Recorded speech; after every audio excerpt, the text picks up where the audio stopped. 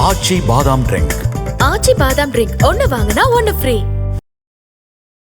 இன்னைக்கு 20% வாக்கு பலம் கொண்ட ஒரு எடப்பாடி கூட்டணிக்கு வராருன்னா அவரை ஏற்றுக்கிட்டு அதற்காக அண்ணாமலையை சாக்ரிஃபைஸ் பண்ணலாங்கிற கருத்துக்குள்ள அவங்க வந்துட்டாங்க. நீங்க சொல்லியிருந்தீங்க தேசிய ஜனநாயக கூட்டணியுடைய சிஎம் வேட்பாளர் சீமான் அப்படிங்கிற அளவுக்கு நீங்க பேசிட்டு இருந்தீங்க. இப்ப அது என்ன ஆச்சு சார்? அந்த கட்டம் பாஜக மோடி பிரதமர் எடுத்த ஓட்டு 19%. இந்த 19% வாக்குல 6 to 7% 2016 முத்தமிழறிஞர் கலைஞருக்கு விழுந்ததுக்கு.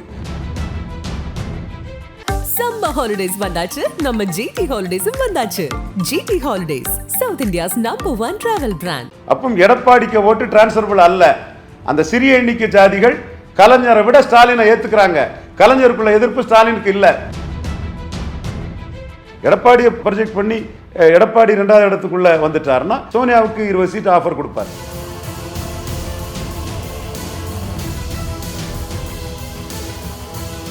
மின்னம்பலம் நேயர்களுக்கு வணக்கம். அரசியல் திறனாய்வாளர் திரு ரவீந்திரன் துரைசாமி அவர்களிடம் பேச இருக்கின்றோம். வணக்கம் சார். வணக்கம் கலை. நலமா இருக்கீங்களா? நல்லா இருக்கும் கலை. அமித்ஷா அவர்கள் தமிழ்நாட்டிற்கு வருகை தந்திருக்கிறார். அரசியல் சூழ்நிலை 20% வாக்கு உள்ள அதிமுக கூட்டணிக்கு தேவைங்கிறதுக்காக அந்த கூட்டணியை அண்ணாமலை ஸ்பாயில் பண்ணுவாருங்கிற சூழ்நிலையில அண்ணாமலை அதுக்குள்ள இல்லாம இருக்கிறது நல்லதுங்கிற கருத்துக்குள்ள தான் ஓடுது. என் கருத்து, ஒரு மிலிட்டன் பார்ட்டியான பாஜக கேரளாவில் 19% வளர்ந்தது. அந்த வளர்ச்சியை பெறாதது காரணம் மாறி மாறி கூட்டணி போகக்கூடிய ஒரு சொதப்பல் கட்சி மாதிரி, ஒரு பாமக மதிமுக மாதிரி ஆனது தான் மற்ற ஸ்டேட்டில் வளர்ந்த ஒரு பெரிய வளர்ச்சியை இங்கே பெற முடியாதுங்கிறது முடியாமல் போயிட்டே. நான் கன்னியாகுமரி டிஸ்ட்ரிக்டில் வந்தவன், அந்த மிலிட்டண்டாக திங்க் பண்ணக்கூடியவன், ஒரு அறிக்கை ஐயா விட்டால் லட்சக்கணக்கான பேர் திரடக்கூடிய கூட்டத்தில் ஒருத்தராக நிற்கக்கூடியவன். அந்த மிலிட்டன்சி எனக்கு இருக்கும். அதே இது இங்கே சென்னையில் இருக்கக்கூடிய இந்த கட்சி 13 பேர் 14 பேரை திரட்டியெல்லாம் வாழ்ந்தவங்களுக்கு எப்படியாவது கூட்டணி போனால் போதுங்கிற எண்ண ஓட்டங்கள் தான் வரும். அந்த அந்த கண்ணோட்டத்தில் என் கருத்தை நான் அதை முன்வைக்கிறேன். மற்றவங்க இன்னைக்கு 20% வாக்கு பலம் கொண்ட ஒரு எடப்பாடி கூட்டணிக்கு வராருன்னா அவரை ஏற்றுக்கிட்டு அதற்காக அண்ணாமலையை சாக்ரிஃபைஸ் பண்ணலாங்கிற கருத்துக்குள்ள அவங்க வந்துட்டாங்க. ஸோ மாறி மாறி கூட்டணி போகிறது வளர்ச்சி கொடுக்காது, வீழ்ச்சி அடையக்கூடிய எடப்பாடியை ஏன் தூக்கி நிறுத்தினு அண்ணாமலை கருதுறாரு. அந்த கருத்தில் நான் உடன்படுறேன். அதுதான் மோடிக்கு நல்லதுங்கிறது என் கருத்தா முன்வைக்கிறேன். எடப்பாடியை எம்பவர் பண்ணி விட்டா அவர் 20 சீட்டு 29ல் காங்கிரஸுக்கு ஆஃபர் பண்ணுவாருங்கிறது என்னோட ஒரு கருத்தை வச்சு நான் முன்வைக்கிறேன். ஆனா அதிமுகவுடன் கூட்டணி வரக்கூடாது அப்படிங்கிறதுல ஏன் இவ்வளவு நீங்க உறுதியா இருக்கு? அதிமுக கூட்டணி வந்தாச்சு, இன்னைக்கும் பார்க்கறதா சொல்றாங்க. Edappadi master the art of teaching. அவர் ஒரு 20% வாக்கு 2024 26ல் எடுத்தாருன்னா 29ல் அவர் 20 சீட்டு காங்கிரஸுக்கு ஆஃபர் பண்ணுவார். அப்படி ஒரு சூழ்நிலை வந்ததுன்னா எந்த காரணத்துக்கு நம்ம சசிகலாவை அடிக்கணும்னு சொன்னோமோ அந்த காரணம் மீண்டும் நிலை பெற்றுங்கிறதா நம்ம கருத்து. சசிகலாவை நம்ம அடிக்கணும்னு சொல்லும்போது சுரேஷ் பிரபுனாலும் சரி, அருண்ஜேட்லிட்ட நம்ம பேசிட்டு இருக்கும்போது இவர் தம்பித்துறை வந்தார். இதே வார்த்தை தான் அருண்ஜேட்லி சொன்னார், நீங்கள் டெப்டி ஸ்பீக்கர்னா வாங்க, சசிகலானா வராதிங்கன்னு சொல்லிட்டாரு. சுரேஷ் பிரபு கிட்டையும் ஜவடேகர்கிட்டையும் மற்ற எல்லாத்துக்கிட்டையும் நாம பண்ண ரெப்ரசன்டேஷன் என்னன்னா, Natarajan is a Congress man. If his wife is allowed to become Chief Minister of Tamil Nadu, Congress will have both DMK and ADMK option. BJP will be virtually left in lurch. கூட்டணி இல்லாமல் தெருவில் தான் நிற்கணுங்கிற கருத்தை நாம சொன்னோம். அந்த இடத்துக்குள்ள Natarajan anti Brahmin, anti Hindu, anti national, anti பிஜேபின்னு பலதும் சொல்லி நீங்க அமித்ஷாட்ட போய் சொல்லுங்க, நாயுடு சொல்லுங்க. நாயுடு அதில் தெளிவாக இருந்தார். அந்த இதை பண்ணினாங்கன்னா இங்க பைப்போலர் பொலிட்டிக்ஸ் வரக்கூடாது. காங்கிரஸுக்கு ஆப்ஷனை உயர்த்தக்கூடிய ஒரு தலைவர் இருக்கக்கூடாது. ராகுல் காந்தியை கூட்டிட்டு மோடி கிட்ட போர் பொலிட்டிக்ஸ் ஒருத்தர் பண்ணக்கூடாது, இருக்கக்கூடாதுங்க அடிப்படையில் தான் நாம அதை தெளிவாக நின்று ஃபைட் பண்ணோம். அதில் ஜெயித்தோம். இப்பவும் எடப்பாடி 20 சீட்டு காங்கிரஸுக்கு ஆஃபர் பண்ணாப்புல ஸ்டாலின் தான், காங்கிரஸ் தான் ஸ்டாலின் கொடுக்குறது எம்பி போஸ்ட், இவரை நம்பி வரும் டிக்கெட் வாங்கி என்ன பிரயோஜனம்னு போகல. மீண்டும் அவர் ஒரு சட்டமன்ற தேர்தலில் பலம் பெற்றா காங்கிரஸுக்கு 20 சீட்டு ஆஃபர் கொடுப்பாருங்கிறதான் என்னுடைய கருத்து, அண்ணாமலையோட கருத்து. இந்த கருத்தை நாங்கள் வச்சு ஃபைட் பண்றோம். தலைமை என்ன முடிவெடுக்குங்கிறது முடிவெடுக்கவங்க தான் எடுப்பாங்க. இன்னும் சொல்ல போனா மிக கஷ்டப்பட்டு நாம் பண்ணது பிஎம்ஓவுக்கும் அதில் ஒரு பார்வை இருக்குது. அண்ணாமலையும் சீமான தண்ணீர்லா தலைவர்னு சொன்னா வெற்றி பெறமோ இல்லையோ சீமான சீஃப் மினிஸ்டர் சொல்லியும் ஒரு ஆப்ஷன்ல போனோம்னா என்டிஏ செகண்ட் வந்துடும், எடப்பாடி 3வது போயிருவாரு. அது 29க்கு நல்லா இருக்குங்கிற சீமான ஆப்ஷனையும் ஓபன் பண்றதுக்கு நான் என்னோட முயற்சி தான் ஈடுபட்டு தான் இருக்கிறேன். ஆமா சார், நீங்க சொல்லியிருந்தீங்க தேசிய ஜனநாயக கூட்டணியுடைய சிஎம் வேட்பாளர் சீமான் அப்படிங்கிற அளவுக்கு நீங்க பேசிட்டு இருந்தீங்க. இப்ப அது என்ன ஆச்சு சார் அந்த கட்டம்? மாநில தலைவராக இருக்கக்கூடிய அண்ணாமலை சீமான் தண்ணீர் இல்லாத தலைவர்னு ஒரு வார்த்தை சொன்னதிலே அந்த ஆப்ஷன் பிஜேபிக்கு இருக்குன்னு தான் அர்த்தம். பிஜேபிக்கு இருக்கு, அண்ணாமலைக்கு தானே இருக்கு. அண்ணாமலை மாநில தலைவர் முடிவு செய்யறதெல்லாம் டெல்லி தலைமை தானே. கண்டிப்பா டெல்லி தலைமை தான். இன்னும் 8 மாசம் இருக்குது. சசிகலா மேட்டில் நாம ஜெயித்த மாதிரி இதுலயும் நாம ஜெயிப்போங்கிறது நம்ம நம்பிக்கை. ஆனா சீமான் ஏபிசிடின்னு தனிச்சு தான் நிற்கிறாரு. எல்லாரையும் பார்ப்பாரு, யாருக்கிட்டையும் பேசுவாரு, அது அவர் விருப்பம். ஆனா அவரு ஒரு தீமையை கொண்டு இன்னொரு தீமையை அகற்ற முடியாதுன்னு ஏடிஎம்கே, பிஜேபி, காங்கிரஸ், டிஎம்கே 4 எதிர்த்து தனிச்சு நிற்கிறதா அவருக்கு மெரிட்டு. அந்த மெரிட்ல தான் அவர் போயிட்டு இருக்கிறாருங்கிறதையும் நான் மறுக்க வரல. திருச்சி கூட்டத்திலே ஒரு தீமைக்கு இன்னொரு தீமை மாற்றில்லை, திமுகவுக்கு அண்ணா திமுக மாற்றில்லைங்கிறதுல தெளிவாக நிற்கிறேன். தனிச்சு போறவங்க தான் சொல்றாப்புல. நாம இந்த ஒரு ஆப்ஷனை இருக்குங்கிறத பிஜேபிக்கு சொல்லி அதை புஷ் பண்ற வேலையை நம்ம பார்க்கிறோம். இட் இஸ் அன் ஆப்ஷன், முடிந்த முடிவு அல்ல. அதே மாதிரி அதிமுக ஆப்ஷன் வந்து 20% அவர்கிட்ட இருக்குது. அது கொஞ்சம் ப்ரோக்ரஸ் ஆகி மேல போயிட்டு இருக்குது. ஆனா சீமான ப்ரொஜெக்ட் பண்ணி 2வது இடம் என்டிஏ வந்துட்டுன்னா அவர் காங்கிரஸுக்கு நாளைக்கு போவாருங்க, அந்த டேஞ்சர் இல்லை. எடப்பாடியை ப்ரொஜெக்ட் பண்ணி எடப்பாடி 2வது இடத்துக்குள்ள வந்துட்டாருன்னா சோனியாவுக்கு 20 சீட் ஆஃபர் கொடுப்பார். இல்ல அப்ப பாஜக எடப்பாடியோட சேர்ந்துதான் நீங்க வந்து அதிமுகவை உயர்த்தணுங்கிற நிலைமை இருக்குதா? அவரை வந்து மேல ஏறிடுவாரு அப்புறம் காங்கிரஸ்க்கு கொடுத்துருவாரு அப்படின்னா பாஜக சேர்ந்தாதான் அதிமுகவுக்கே பலம். பாஜக தரப்புக்கு என்னோட கருத்து இது. அதை வந்து பாமகவை மார்ஜினலைஸ் பண்ண, விஜயை மார்ஜினலைஸ் பண்ண, அண்ணாமலை மார்ஜினலைஸ் பண்ண, தென் செங்கோட்டையனை அவுட்விட் பண்ண எடப்பாடி அந்த ஆயுதத்தை எடுத்துட்டாரு.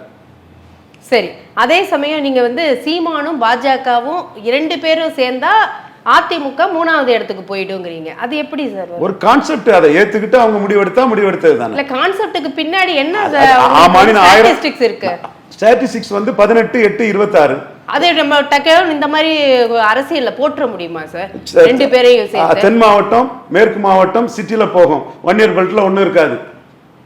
நான் 1 இயர் பெல்ட்ல ஒண்ணு இருக்காதுன்னு சொல்லி தானே அந்த இதை சொல்றேன். ராமதாஸ் இல்லைன்னா 1 இயர் பெல்ட்ல ஒண்ணு இருக்காது. ராமதாஸ் விட்டுருங்க சார், இவங்க 2 பேரும் சேரும் போது ராமதாஸ் அணி தனி. கன்னியாகுமரியில 4% எடுத்த அதிமுக 2% போகும். திருநெல்வேலி 8% எடுத்த அதிமுக 4% போகும். ராமநாதத்துல 9% எடுத்த அதிமுக 3% போகும்.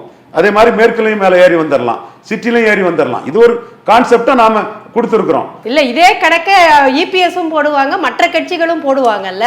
நீங்க 18/8 சேருதுன்னா அதுல எவ்வளவு நெகட்டிவ் ஆகுது, அதையும் நம்ம யோசிக்கணும்ல சார். நெகட்டிவ் மைனஸும் பிளஸ் அப்படிங்கறதோட பிளஸும் மைனஸும் சேர்ந்தா மைனஸ்ல எல்லாம் முடியும். அது கெமிஸ்ட்ரி, அரித்மெட்டிக் இருக்குது. கெமிஸ்ட்ரி 2வது பிளஸும் ஆகலாம். உங்க கருத்தை நாம் மறுத்து பண்ணல. இப்போ வந்து அதிமுக பாஜகவும் சேர்ந்திருந்தா இத்தனை சீட்டு வந்துடும் சொல்றவங்களுக்கு நான் என்ன சொல்றேன்னா, அது சீமான் 12% போயிருப்பாரு, அண்ணாமலை இல்லைன்னா. ஸ்டாலின் வந்து 50% போயிருப்பாரு. அது ஒரு பொருந்தா கூட்டணியா கூட போயிருக்கலாம். நாளைக்கும் இந்த 18% எடப்பாடியை சிஎம் ஆச்சோம்னா இந்த 18% ஜெயலலிதா ஊழல்னு சொல்லி எடுத்த ஓட்டு. இந்த 18% எனக்கு உடன்பாடு இல்லை.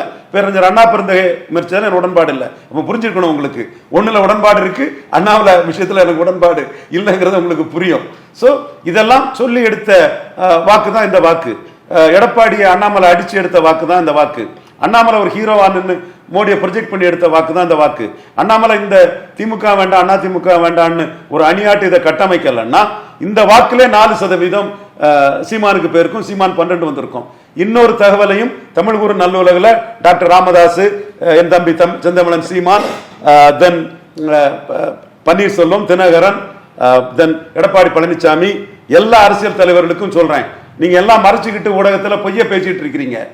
2014ஆம் ஆண்டு பாஜக மோடி பிரதமர் எடுத்த ஓட்டு 19%. இந்த 19% வாக்குல 6 to 7% 2016 முத்தமிழறிஞர் கலைஞருக்கு விழுந்ததுக்கு. கலைஞரும் மோடியும் ஒரு நாணயத்தின் இரு பக்கங்கள். இந்த 6 to 7% கலைஞருக்கு விழுந்ததுங்கிற மறுத்துக்கிட்டு தான் அறிவு நாணயம் மற்றும் அரசியல் பேசிட்டு இருக்கிறாங்க. எப்படி என்டிஏக்கு விழுந்த வாக்குகள் வந்து நீங்க சொல்ற கொள்கையிலே இருந்ததுன்னா கலைஞருக்கு ஒரு 6-7% எப்படி விழுந்தது? நீங்க ஜெயலலிதா அம்மையார் வந்து 40% வாக்கு எடுத்தாங்க. சீமான் ஜெயலலிதா அம்மையார் வந்து 1% வாக்கு எடுத்துட்டாப்புல. ஜெயலலிதா அம்மையார் 41 அசம்பிளிக்கு வந்தாங்க, 3% குறைஞ்சாங்க. அந்த மோடியா லேடியான்னு கேட்ட கிறிஸ்டின் முஸ்லீம் வாக்குகள் அது கலைஞர் காங்கிரஸுக்கு வந்தது. அந்த 3 அந்த அம்மையார்ட்ட இருந்து வந்தது. என்டிஏ எடுத்த 19ல 12 தான் எடுத்திருக்காங்க, 7% காணல. அப்ப இந்த மீதி கலைஞர் உயர்ந்த 10% எங்க இருந்து வந்து ஆந்திரா கர்நாடகால இருந்தா வந்து இல்ல. மோடிக்கு ஓட்டு போட்டவன் தான் 7% கலைஞருக்கு ஓட்டு போட்டிருக்கான். அப்பா அவன் யாரு? நீ பேசுற ஏசியும் அரசியல் இல்ல, ரவீந்திரன் துரைசாமி பேசுற களத்தில் இருக்கக்கூடிய அரசியல் தான் அரசியல். இதை என் தம்பி செந்தமிழ் சீமான் உணர்றாரு. இது டாக்டர் ஐயாவுக்கு தெளிவா தெரியும், இது ஓபிஎஸ்க்கு தெரியும், டிடிவி தினகரனுக்கு தெரியும். அதனாலதான் எல்லாருமே அலர்ட்டா இருந்து எடப்பாடி முன்னிறுத்தும் போது தெளிவா இருந்து களமாடுன்னு நினைக்கிறாங்க. இந்த 7% யாரு? திராவிட இயக்கம், இந்துத்துவம் அதுக்குள்ளே இருக்காங்க.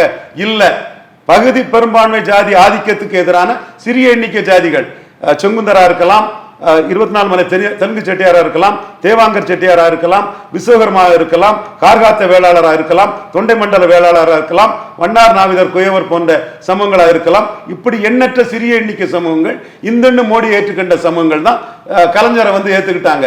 இது வரலாறு. இதை மறைச்சுக்கிட்டு தான் அமித்ஷாவை சிலர் ஏமாத்தலாம் நினைக்கிறாங்க. நாம அமித்ஷா ஏமாறாண்டாம், எடப்பாடியை சொன்னா இந்த வாக்குகள் மோடியை ஏற்றுக்கிட்ட வாக்குகள் கலைஞருக்கு போனது மாதிரி இந்த வாக்குகள் எடப்பாடிக்கு டிரான்ஸ்பர் ஆகாத சூழ்நிலையும் வரும். காரணம், அந்த வாக்குகள் வன்னியர் ஆதிக்கத்திற்கும் வெள்ளாள கவுண்டர் ஆதிக்கத்திற்கும் முக்குலத்தோர் ஆதிக்கத்திற்கும் எதிராக மாற்றா வந்த மோடிக்கு விழுந்த வாக்குகள். இதை சீமான் கிட்ட நான் தெளிவுபடுத்தியிருக்கேன், வாக்கின் தன்மை. ஸோ அந்த வாக்கு வந்து எடப்பாடிக்கு டிரான்ஸ்பர் ஆகாதுங்கிறது தான் என்னோட ஒரு கருத்து. அதே புள்ளிய இந்த 18% வாக்குக்கு நான் வைக்கிறேன். இது எடப்பாடிக்கு எதிரான வாக்குகள் தான். இதுல நாளைக்கு டிரான்ஸ்பர் ஆகாத பற்றி கலை ஒரு மாற்று கருத்து சொல்லலாம், ஆகாதுன்னு நான் 1000 காரணம் சொல்லலாம். ஆனா நேற்று 14 எடுத்த மோடி பிரதமங்கிற வாக்குல 6 to 7% வாக்கு கலைஞருக்கு போனதை அந்த பத்திரிகை ஆசிரியர் மறுக்க முடியாது, இந்த விமர்சகர் மறுக்க முடியாது. ஏன்னா இது ஃபேக்ட். இந்த ஃபேக்டின் அடிப்படையில் இருந்தா என் கருத்துக்களை அமித்ஷாவுக்கு நான் முன்வைக்கிறேன், சீமானுக்கு முன்வைக்கிறேன். ஏமாந்துராதீங்க, ஏமாத்துவான், 1000 பேர் 1000 பையன் சொல்லுவான். பட் அரசியல் கலர் கிரவுண்ட் ரியாலிட்டிங்கிறது வேற. ஸ்டாலினுக்கு கலைஞருக்குள்ள எதிர்ப்பே இல்லை, எடப்பாடிக்கு மிகப்பெரிய எதிர்ப்பு இருக்கு. அந்த எதிர்ப்பு மோடியை ஏத்துக்கிட்டு கலைஞரை ஏத்துக்கிட்ட இந்த சமூக மக்கள் மத்தியில தான் எடப்பாடியின் கட்சியின் தன்மைக்கு தக்கன எதிர்ப்பு இருக்கு நான் சொல்றேன். ஆனா நீங்க சொல்றீங்க அமித்ஷாவுடைய எண்ணம் என்னவா இருக்கு? திமுகவை வீழ்த்தணும், ஆட்சியிலேருந்து இறக்கணும்னா அதுக்கு அவர் நேரடியா ஓபன் பண்ற ஆப்ஷன் அதிமுக தான். நீங்க சொல்ற வேற எந்த ஆப்ஷனுக்குமே அவங்க வந்து நோட் பண்ண மாட்டேங்கிறாங்க. உண்மை. நான் அதுக்காக நம்ம கருத்தை, நம்ம மோடி நன்மைக்காக நம்ம கருத்தை பொதுவெளியில சொல்லாம இருக்க கூடாது இல்லையா? நான் ஃபேக்டோட தானே இதை சொல்றேன். எடுத்துக்கிடாது அமித்ஷாவுக்கு விருப்பம், அதுக்குள்ள நாம இல்ல. நம்ம வந்து என்னைக்கு மோடிக்கு நன்றி கடன் பட்டவங்க. சசிகலாவை அடிக்கணும்னு நினைச்சோம், மோடி அந்த இடத்துல இல்லைன்னா அடிச்சிருக்க முடியாது. அதே மாதிரி சீமான பிஎம்ஓல இருந்து ஒரு சிஎம் கேண்டிடேட்டா ப்ரொஜெக்ட் பண்ணதுக்குள்ள ஒரு வாய்ப்புகளும் சசிகலா 100% சொன்னேன். அந்த மாதிரி சொல்லலனாலும் ஒரு 50% அதற்கான வாய்ப்புகளும் இல்லாம இல்ல. அதிமுக அப்படிங்கறத அவங்க ஆப்ஷனா வச்சிருக்காங்க. பாஜக கண்டிப்பா சில டேட்டாக்களையும் நான் முன்வைக்கிறேன். விக்கிரவாண்டியில அதிமுக நிக்கல, 36% வாக்கு அதிமுக எடுத்திருந்தாங்க. அதுல 12% வாக்கு டாக்டர் ஐயாவுக்கு கிடைச்சது. சீமான் அந்த போராட்டத்தை ஆதரிச்சாரு.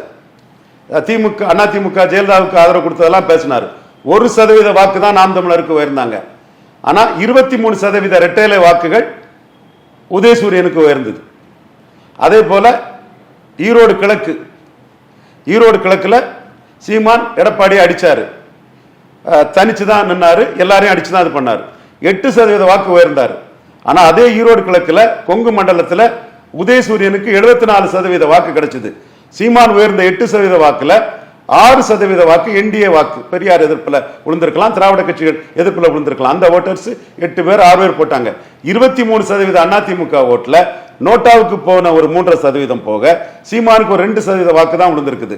மீதி பெரும்பான்மையான இரட்டையில வாக்குகள் உதயசூரியனுக்கு விழுந்ததுனாலதான் 74%க்கு ஸ்டாலின் போனாரு. அது இடைத்தேர்தல் சார். அதைத்தான் நான் சொல்ல வர்றேன் மேடம். கலைஞருக்கு இப்படி ஒரு ஆதரவு கிடைச்சது இல்ல. அது 2019 என்ன தேர்தல் மேடம்? 20 சீட்டு வடக்க ஸ்டாலின் அடிப்பாரு நான் சொன்னேன். ராமதாஸ் அணி ஜெயிக்காது, 20 சீட்டு அடிப்பான்னு சொன்னேன். இதே சிறிய எண்ணிக்கை ஜாதிகள் தான். ஆனா உங்களுக்கு எதிரில யாரும் இல்ல வலுவா அப்படிங்கும் போது இருக்கிறது தானே. நம்ம ஈரோடு கிழக்குன்னு போனா திமுக சீமான், வேற அதிமுகவும் அங்க நிக்கல, நான் பாஜகவும் நிக்கல. இடைத்தேர்தல் சொல்லி தானே ரெண்டையும் நான் ஒப்பிடுறேன். 1% தான் எடப்பாடிக்கு ஆதரவு கொடுத்து இடும்பாவனத்தையும் ராவணனையும் பார்த்த பிறகு சீமான் அடைஞ்சாரு. எடப்பாடி அடிச்சு 8% வாக்கு உயர்ந்தாரு. அந்த 8% வாக்குல 6 என்டிஏல இருந்து வந்தது. வெறும் 2 தான் அதிமுக இருந்து போயிருக்குது. இங்க 1 அங்க 2 தான் போயிருக்குது. அப்போ எடப்பாடிக்கு ஓட்டு டிரான்ஸ்பரபிள் அல்ல. அந்த சிறிய எண்ணிக்கை ஜாதிகள் கலைஞரை விட ஸ்டாலினை ஏத்துக்கிறாங்க. கலைஞருக்குள்ள எதிர்ப்பு ஸ்டாலினுக்கு இல்ல. பெண்ணகரத்து இடைத்தேர்தல் தானே பெண்ணகரம். 50% தாண்டலையே கலைஞர். பெண்ணகரம் இடைத்தேர்தல் தானங்க, ஆட்சியில இருந்தானே பண்ணாரு. 50% ஓட்ட தாண்டலையே கலைஞர். நான் மைக்ரோவா மைன்யூட்டா பேசக்கூடியவன் தான், டேட்டாவோட பேசக்கூடியவன் தான். கொங்கு மண்டலத்தில் 74% உதயசூரியனுக்கு விழுந்துருமா? அப்போ ரெட்டேல வாக்குகள் தானே பெரியார் இஷ்யூல போகணும்னு சொல்லுங்க, எந்த இஷ்யூல வேணான்னு சொல்லுங்க. ரெட்டேல வாக்குகள் தானே உதயசூரியனுக்கு போயிருக்கு. ரெட்டேல வாக்குகள் தானே இது விக்கிரவாண்டியில உதயசூரியனுக்கு போயிருக்கு. இது ராமதாஸுக்கும் தெரியும், சீமானுக்கும் தெரியும், பிரேமலதா அம்மையாருக்கும் தெரியும். எடப்பாடி பழனிசாமிக்கு vote transferring capacity very weak, Jayalalitha மாதிரி இல்ல. அப்ப 2024 அத சுருக்கமா சொல்லுங்க. 2024ல இதே ஓட் டிரான்ஸ்பரிங் எப்படி இருந்தது? 2024ல பிரேமலதா அம்மையாருக்கு அதிமுக ஓட் டிரான்ஸ்பரிங் இல்ல. முபாரக்கு 20% பரவாயில்ல, கிருஷ்ணசாமிக்கு 20% பரவாயில்ல. அந்த அதிமுகவுக்கு சொல்லுங்க. அதிமுகவுக்கு வன்னியர் ஓட்டுகள் வந்து சேலம், விழுப்புரம், சிதம்பரம், கள்ளக்குறிச்சி, நாமக்கல்ல சூப்பரா இருந்தது. அது வந்து திருநெல்வேலியில 8%, ராமநாதத்துல 9%, தேனியில 13%. அது கட்சியின் தன்மை போயிட்டு சிறிய எண்ணிக்கை ஜாதிகள், பகுதி பெரும்பான்மை ஜாதிகள், இதுல சிறிய எண்ணிக்கை ஜாதிகள் இசைவேளாளரான ஸ்டாலினை ஏத்துக்கிறாங்க. வெள்ளாள கவுண்டர் கட்சியும் வன்னியர் கட்சி நடத்தக்கூடிய எடப்பாடியை ஏத்துக்கல. இது ராமதாஸுக்கு தெரியும், சீமானுக்கு தெரியும், பிரேமலதா அம்மையாருக்கு தெரியும். இல்ல தெளிவுக்காக கேட்கிறேன். 2024 நாடாளுமன்ற தேர்தல்ல வன்னியர் வாக்குகளை அதிமுக அள்ளுது, சரியா? கண்டிப்பா. அதே இது நமக்கு இடைத்தேர்தல் விக்கிரவாண்டி அப்படின்னு வரும்போது அந்த இடத்துல அதிமுக வந்து பங்கு பெறல, பாமக அந்த இடத்துல வாக்குகள் வாங்குறாங்க, சரியா?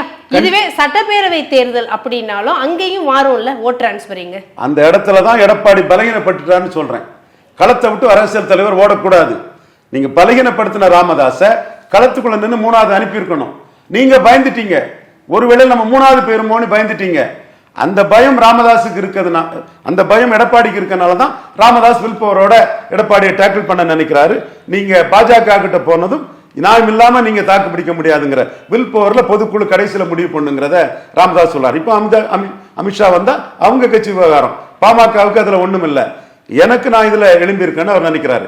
அந்த இடத்துக்குள்ள 23% சிறிய எண்ணிக்கை ஜாதிகள், பறையர் சமூகம், ரெட்டலைக்கு ஓட்டு போட்டவங்க உதயசூரியனுக்கு போட்டாங்கதான் சீமானுக்கு நான் சொல்றேன், பிரேமலதா அம்மையாருக்கும் சொல்றேன், டாக்டர் ராமதாஸுக்கும் சொல்றேன். எடப்பாடிக்கு ஓட் டிரான்ஸ்பரிங் கெப்பாசிட்டி மிக மிக வீக். சரி, பார்க்கலாம் சார். 2026 தேர்தல் இன்னும் கால இடைவெளி இருக்கு. அதுக்குள்ள என்னென்ன மாற்றங்கள்லாம் நடைபெறுது, அதை பொறுத்தும் களம் மாறுவதற்கும் வாய்ப்புகள் இருக்கு. பார்க்கலாம். நன்றி உங்களுடைய தகவல். இதுவரை அரசியல் திறனாய்வாளர் திரு ரவீந்திரன் துரைசாமி அவர்களிடம் பேசினோம். நன்றி, வணக்கம். ஆச்சி பாதாம் ட்ரிங்க். ஆச்சி பாதாம் ட்ரிங்க் ஒன்னு வாங்குனா ஒன்னு ஃப்ரீ. சம்மர் ஹாலிடேஸ் வந்தாச்சு, நம்ம ஜிடி ஹாலிடேஸும் வந்தாச்சு. GT holidays, south India's #1 travel brand.